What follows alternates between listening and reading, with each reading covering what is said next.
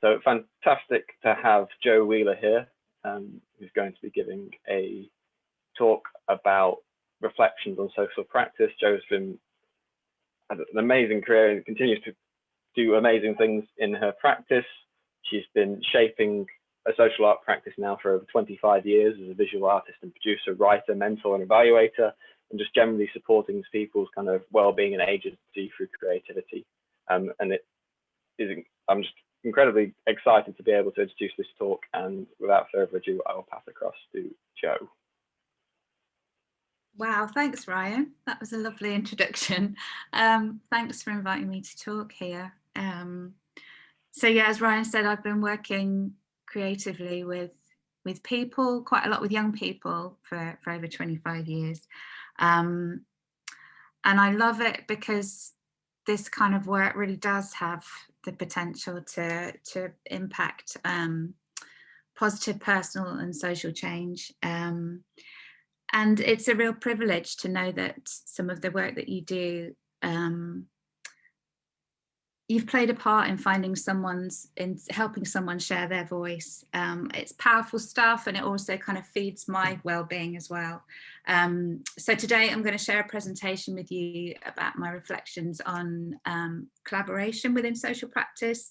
We're going to leave about 15 minutes at the end for any questions or thoughts people want to share. And I'll also be recommending a few online websites and free PDF reading that I think you might find useful. So you might want to sort of make a few notes on that as we go along. I'm aware when you really need to keep time today, so I'm going to use some notes to make sure I don't waffle and we kind of keep me on track. So I'm going to start by sharing my screen.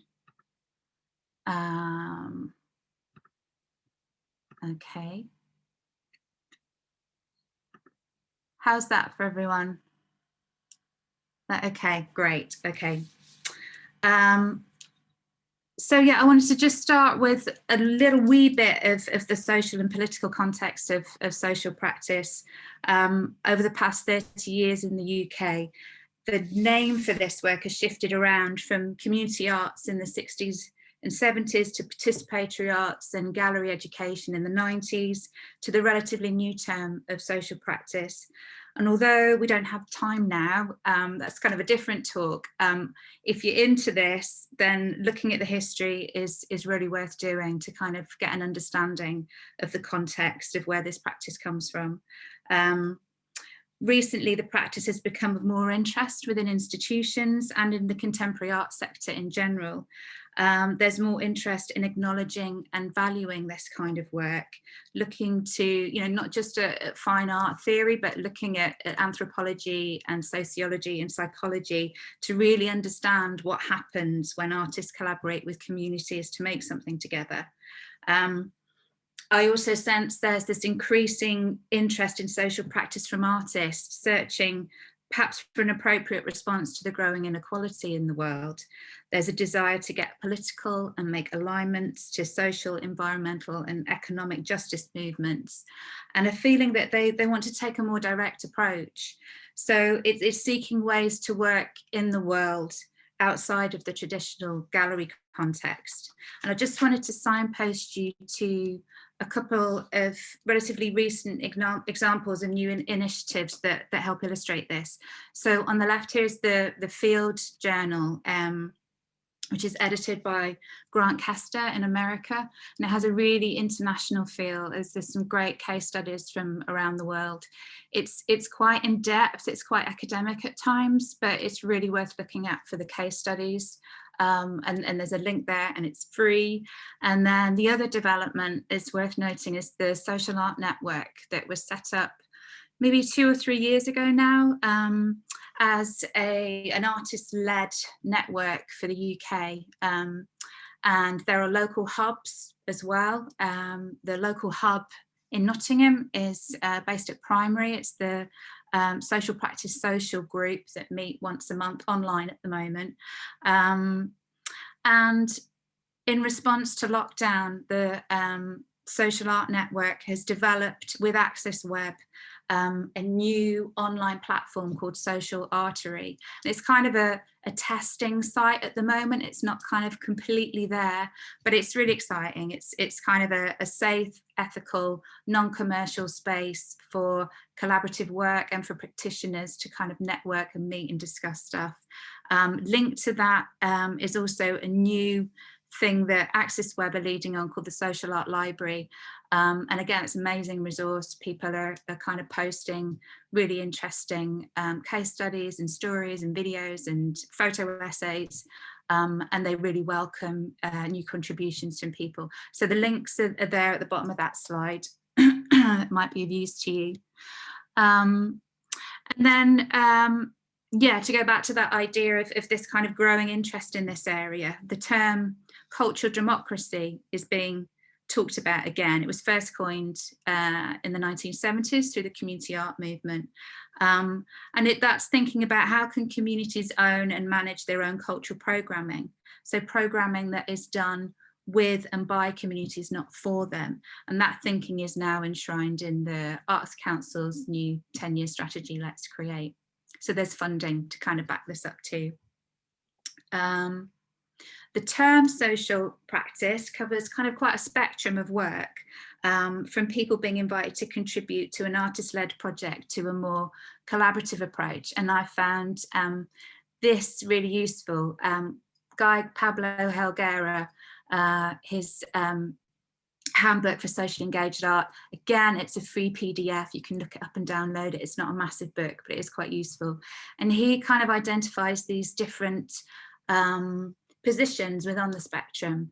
So nominal participation, he talks about just a visitor being quite perhaps a passive receptor of a work, visiting a gallery, looking at a piece of work on a wall or a sculpture on the floor. And then he shifts to directed participation. So that's where a visitor maybe completes a simple task that's directed by the artist. For example, Yoko Ono's Wish Tree, where she invites people to write their wishes on a tag that's then added to the tree. And then he shifts to creative participation, where a participant provides an element of the creative content for the work. It's still the artist's kind of overall concept, but they maybe have more freedom to respond personally to an aspect and contribute to the artwork. So I really like Jeremy Deller's Battle of Orgreave as an example of that, which was this quite amazing piece of work he made in 2001, reenacting, restaging the clash between miners and police in 1984 during the miners' strike in South Yorkshire. And I think it was quite bonkers. Check it out if you get to see it. He filmed it, and yeah, he invited local people and local amateur reenactment groups to play the roles of the police and the miners. And then we move on to sort of the other end of the spectrum, which is that of collaborative participation. So the participant shares responsibility for developing the structure, the concept and the content of the work. And I was lucky enough to go and see Festival Audacity in Birmingham in 2019, put on by Beat Freaks. And there, a group of young people were making, programming, curating and staging work across sort of interventions across Birmingham city centre. And I guess my approach is at this collaborative end of participation. I'm interested in working where the community work as a collective to make decisions and shape the concept and the creation of the work itself. But you know, this work is complex and it's textured. But in brief, for me, there are some key features that I want to share with you. And that's around identity, ethics, and power. So the group identity, I feel, is actually formed by embracing the individuals that participate. The project and the dynamic is shaped by what those individuals bring, excuse me, their energy, their enthusiasm, their interest, their skills, and their commitment. And then ethics is really key. You know, it's essential to work with care and respect, and to be transparent to the people involved, you know, what they're getting involved with and why, and their informed consent about that is really important. That they're aware of the project's intentions, and you know, to be, us as practitioners, I think we need to be aware that creative projects exist out there with agendas around targeting vulnerable people to become participants in a project to kind of almost engineer better citizens without their knowledge or consent, almost by stealth. And I think we need to be aware of that. So social practice is not about manipulation, but providing access to resources and giving ownership and agency to people. And so that kind of leads on to that third idea of transference of power. So in the beginning of a project, it's important to acknowledge the power that you have as the artist that's perhaps set up this project, that's hosting this project. But the intention should be to transfer that power, to create an environment that supports people to make decisions, take risks, put ideas to get forward and kind of own them. So the artist's role is to be the kind of creator of a space and a set of circumstances for this to happen, to be that builder of trust, curiosity, creativity and commitment, and initially hold those elements and hold that space while seeking opportunities to shift authorship and share responsibility, and for sort of dynamics to evolve as the shared process evolved, as the shared purpose of the project evolves into the artwork that you're going to create together. So the artist brings their creative experience, their ideas and their knowledge and resources, and the work evolves as others bring theirs. Yeah, just wanted to do a quick quote from Roger Sansi-Roca. This is from an article that appeared in the Field Journal a few years ago. And he talks about these collaborations being about generating processes of collective creation rather than to teach art. So this is, I guess, what you might call a pedagogical approach. So that idea that the artist doesn't hold all the knowledge, doesn't have all the answers, it's about learning together. And this approach welcomes the idea of working with uncertainty and working with risk, which is another key feature, I feel, of collaborative working. So that idea of collaboration as an act of giving and an act of risk. What will the other give back? Where will it take us? Is my contribution going to be good enough? So it's about meeting and celebrating the challenge of co-working and the energy and unexpectedness that brings. And you know, that's stimulating and wonderful because that collective risk-taking leads to a sense of connection and collective power. So it's about not having all the answers together, and it's about exploring and finding those answers together, sharing responsibility for presenting the work, and then sharing the collective pride in the response it provokes in the audience. It's kind of that journey, that collective journey that bonds a group of people. Oh yeah, this is a bit of a big quote, I do apologise. It's from Francois Matarasso's A Restless Art book, which came out a couple of years ago, and Francois is this amazing book.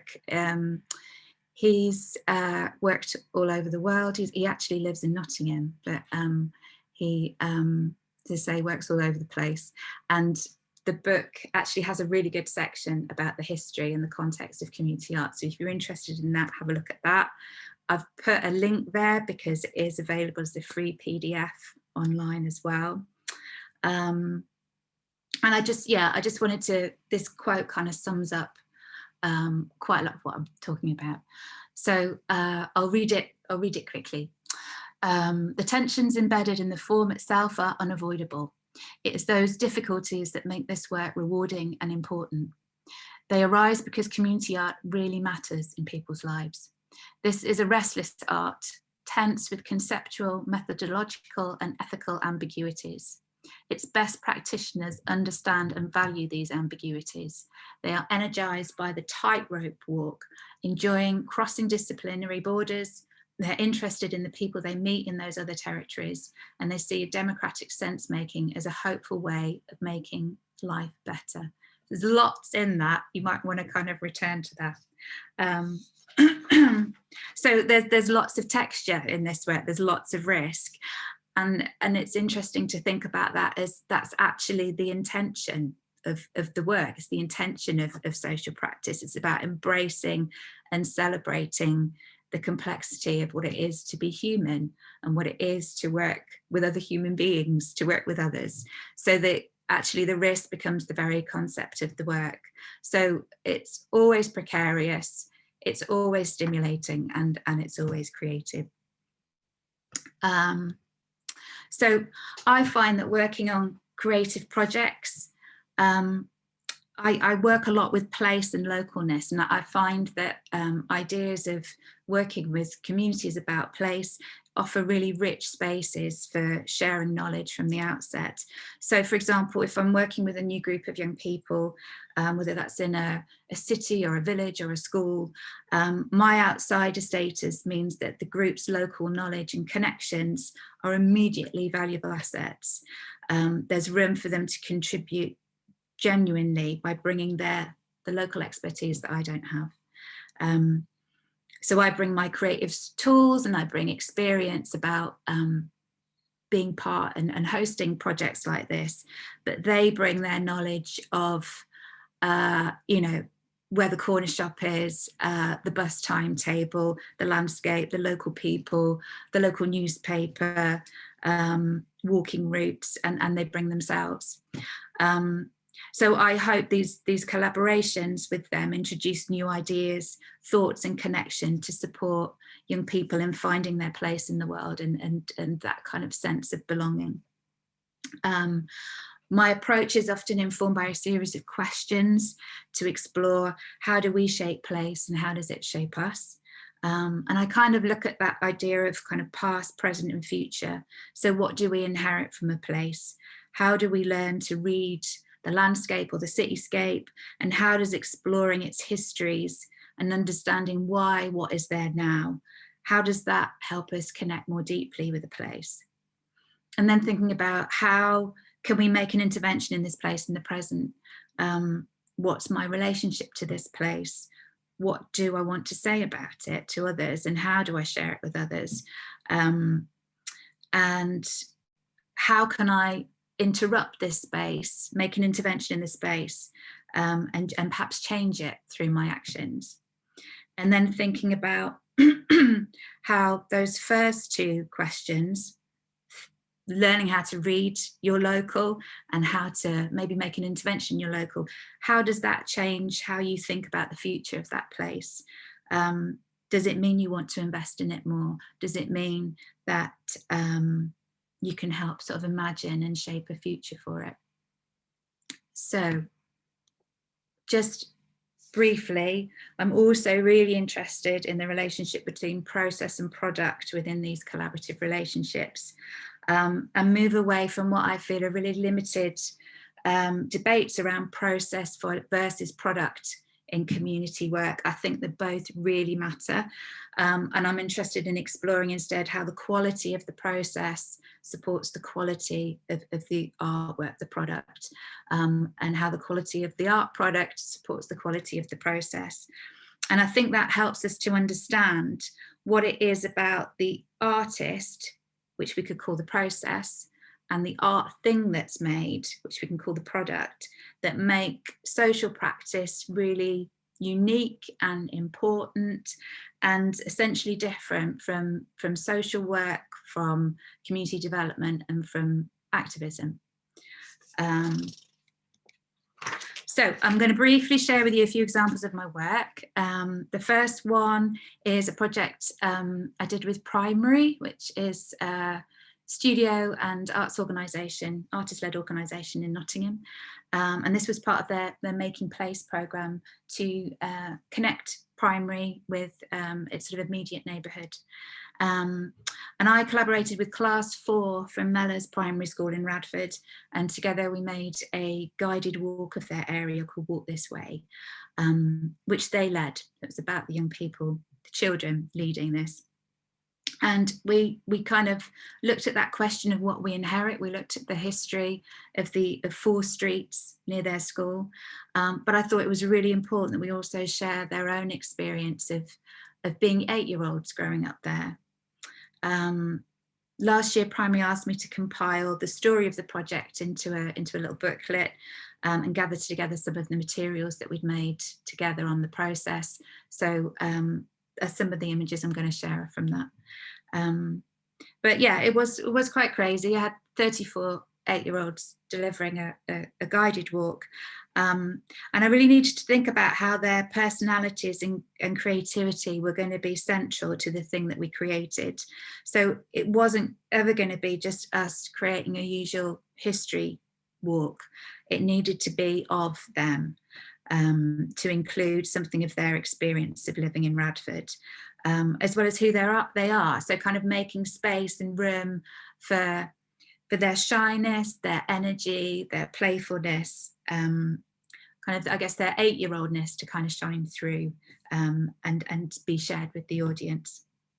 So through workshopping, we decided on 5 themes of home, play, work, worship, and shopping. And I divided the class into these subgroups. And as I said, we sort of explored these 4 streets that were local to the school, that kind of formed a circuit, if you like, for our walk. And you just realise, I kind of realised from doing different projects about place that however unassuming that place is, when you start scratching the surface, you kind of brings up all sorts of riches that are really unique to that place. And we found a site on these 4 streets that related to each of our 5 themes. So for our home theme, we found that at the end of the road of where their school is Radford Flats, really prominent high-rise flats, and that was on the site of the Home for Scattered Children in Nottingham. So it was actually an orphanage. So that kind of became our place to talk about home. And then just opposite there, from looking at old photographs, we found that Barnet Sweet Factory used to be on the corner of the street of Hartley Road and Norton Street.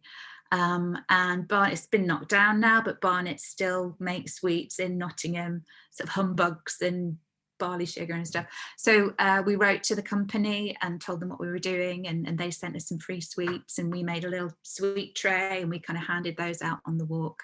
And we imagined what sweets we might make if we were sweet makers as well. And that became one of the sites to sort of unlock the theme of work. And then round the corner from there on Hartley Road is United Carpets, which is in the building that was built as Windsor Cinema in the 1940s. And the manageress there was lovely and kind of let us go on a bit of a tour in there, and we could kind of start seeing some of the old friezes in the plasterwork and the toilets and the light switches and where the big screen was. So that became part of our site that unlocked the theme of play and leisure. We also looked at the local parks and where the kids love to play, and a few of them put together an adult's guide to play that we handed out on the walk. And then shopping. So Denman Street that ran through Radford, ran straight for a mile through Radford, and right by the school, was in the past a really busy retail street. There's barely, you wouldn't recognise it now. Sort of bits of the street have been chopped up and shops have been turned into housing. But we had a look at, trade directories and old photographs to kind of piece together what would have been there.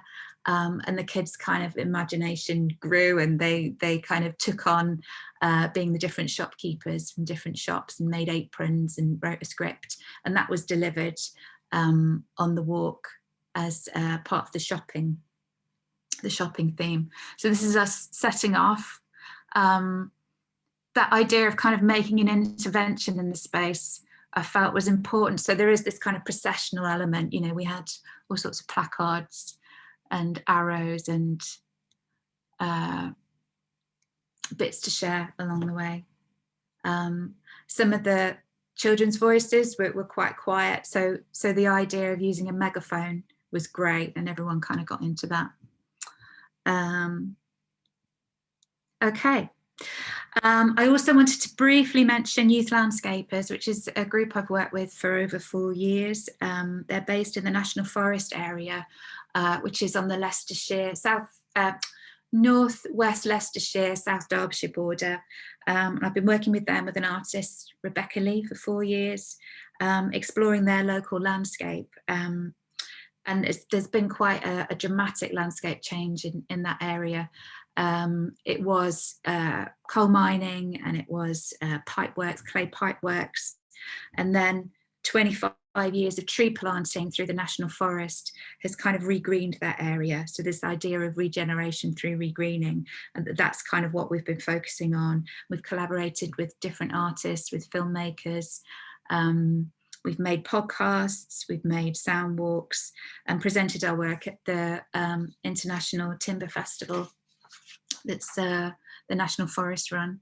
And a key part of our collective approach has been ensuring that their voice, the young people's ness, is enfolded into the art things that we make and share together. It's what makes these artworks engaging and moving and interesting. So something of the story of the making of the work is always enfolded into what we share with the audience. I've got a few slides from, oh yeah, this is You Are Here, which was our sound walk that we presented at the Timber Festival. So it was a sound walk with headphones, but they were kind of chapters, and in between chapters there were kind of little live elements that the group performed.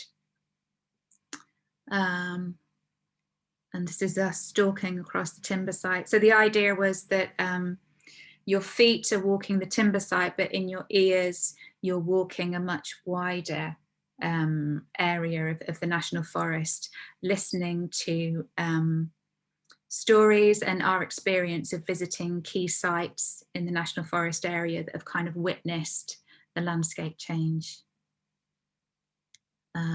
So this was one of the site. This is one of the oldest buildings in the area still standing. It has, you know, goes back to a monastery in the 12th century, Gresley Old Hall, which they now do ghost walks and all sorts of things. And we had, you know, a kind of guided tour around that. And we also got to go to sort of deserted pottery works. Really great. You know, people don't normally get to go. It's all kind of access, no access, but we kind of had hard hat tours of that. So much of the sound walk is about capturing our experience of being there. And this is some more images from the sound walk. So we made a zine and we handed that out as part of the walk. And there's Jack presenting his sculpture. Oh, and our most recent piece we're making at the moment is called The Telling of the Bees. And we're collaborating with a digital artist, Beck Smith, a local bee farmer, David, and actually collaborating with a beehive, the Boothorpe Bees. So just getting, that's going to be shared at the festival this year.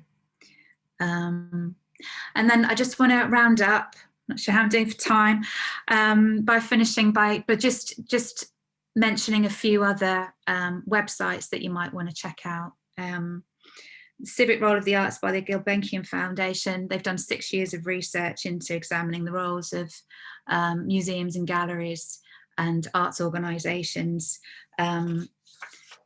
looking at those ideas of cultural democracy and getting local people to be involved in programming and policy for those for those organisations. And then Arts Work Alliance, they're supporting the sector through networking, resources and events, and they're worth having a look at as well. Okay, I think that's me done. I'll stop sharing. Might have a sip of water. So we've got a bit of time for questions. I don't know if anybody has anything they want to kick off with, or if they're not questions, then if anybody wants to share about their experiences, or why you're interested in social practice, perhaps.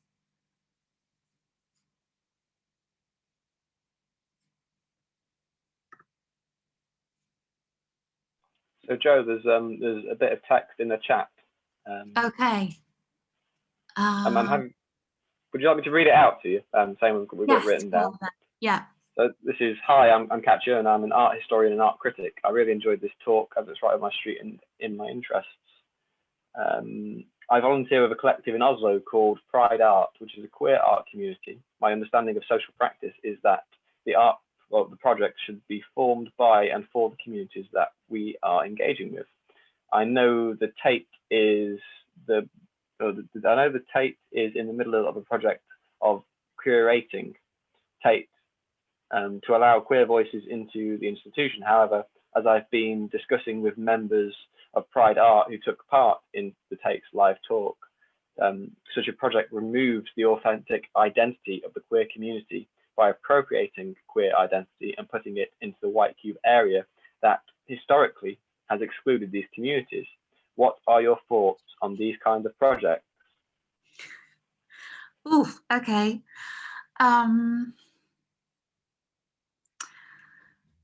I guess it's about, I don't know the project, Katja, so I guess I'm perhaps not an expert to comment on it, but I you know, as I was mentioned in the talk, that we do need to be wary about those commissions. You know, that there is a big, as I say, there's kind of new interest, new funding, new investment in social practice, particularly because the Arts Council is asking for it within their project grants now. And I worry that some institutions, some organisations are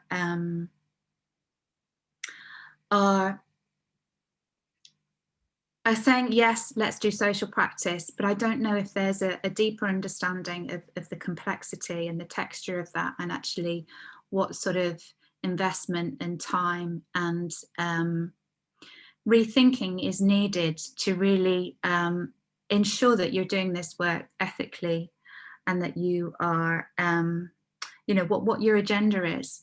And I would have thought the Tate should know better. But it'd be interesting. I don't know if you want to share any more about this, Katja, a kind of what's happened, why you feel that. I'm just having a look at your comment here. Why there's kind of, they're not working in an ethical way. As I say, I guess I don't know the details to kind of comment on that. I don't know if anybody else wants to chip in that maybe does know this work, or has it? I don't know the work, but I was going to come at the same question almost from a different angle. Mm-hmm. So, in what you've shown us, and the general kind of, you know, my understanding of social engaged practice as a practitioner myself as well, to a degree. Yeah. I like to look at it as kind of an artful engagement with society and a societal engagement with art. It's the two worlds actually enmeshing, and it's almost inextricable as to where the ownership lies, and it's great, and that's the way it should be, integration. And my question was going to be from the other side of Katja's question, essentially, how does the institution get involved with that? What is the institution? Or is it wise for us as socially engaged practitioners to consider a particular layer of the arts sector and the arts ecology to be involved with? There's no point going down the white cube roads because they're not really going to get it, because they're particularity of the arts sector. So is there maybe a resistance that's kind of futile to even try to encounter? And should we sort of like live in this space that it's going to be accepted at certain sort of local arts organisations, arts centre kind of style integration? I don't know. I mean, I'd kind of refer back to that research that perhaps been done by Gulbenkian on the civic role of arts institutions. And I know that Middlesbrough Institute of Contemporary Art, MIMA, was quite key in absolutely turning the idea of what a museum could and should be for its local community on its head. And the guy that headed that up, Alistair Hudson, has moved to Manchester and is doing some similar things there. It's kind of a question for, you know, if institutions want to embrace social practice, you know, they need to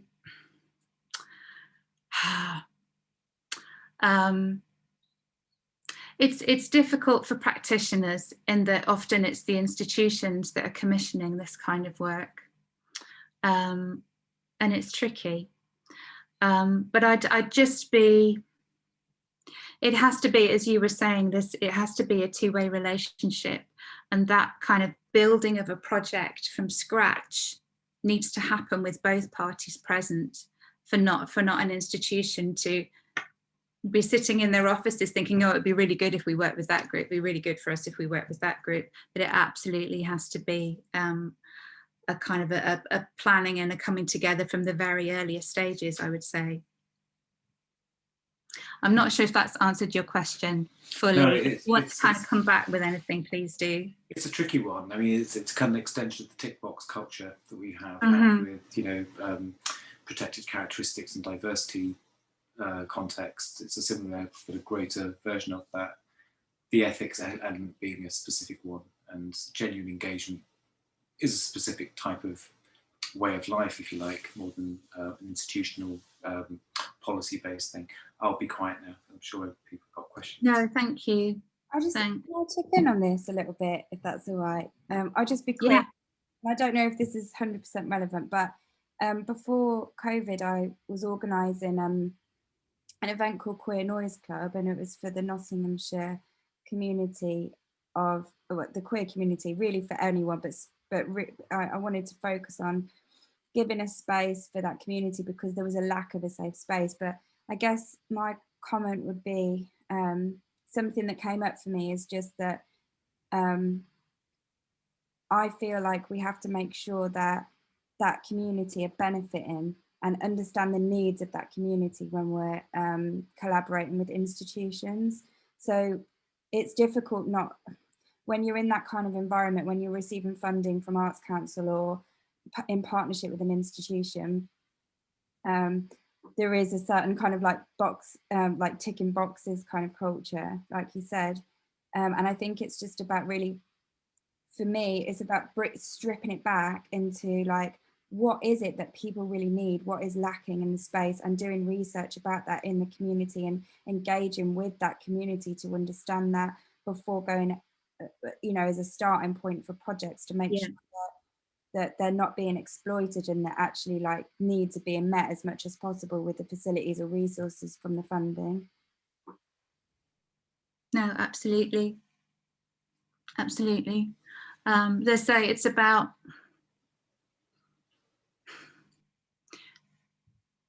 coming together to decide what if a partnership is going to happen, what and working out what those agendas are together, not approaching a community with an agenda set. It's about setting those agendas together. And I think one more thing, and then I'll shut up, is like having members of that community lead in some way. Like my friend was doing illustrations for a book around people of colour, but it didn't have any person of colour like as part of the writing or something like that. I think it's really important that like members of that community at the forefront of the kind of like decisions and overseeing things to make sure that things are, that people aren't being exploited, for example. Yeah, absolutely. Yeah, and making sure that people are given there is access to resources and information that makes sure that their decision making is informed, you know, to take them on a journey if need be, to make sure that that they're able to make decisions. And yeah. What I was just saying, the way I understand what I was just saying is also that people from the community can become part of the board or the decision makers of an institution. It'd be really nice, which rarely happens unless it's on a Channel 4 pseudo documentary, for the institutional people to become as communal in their own space and understood as a community, and then be participating on the boards of community activities as well. And there's this two-way exchange on those levels of power sharing, as it were. Absolutely. I'm aware we've got 2 minutes. Is that right, Ryan? Yeah, okay. 2 minutes remaining. Okay. Is there anything else that people wanted to share within those last 2 minutes? I just wanted to touch a moment again about the institutions. I wonder, was the compromise between you and the institutions? And if, in my understanding, it seems that these collaborations that you imprompted and offer as an artist are much kind of subject oriented. So they've got a specific interest in nourishing a sort of a community more than being object oriented, so producing something for the institution to present in the art gallery. But I'm very curious about this, the compromise between social engaged artists and art institutions. Yeah, and in all honesty, I haven't worked for an arts institution for quite a while. That commissions come from other areas.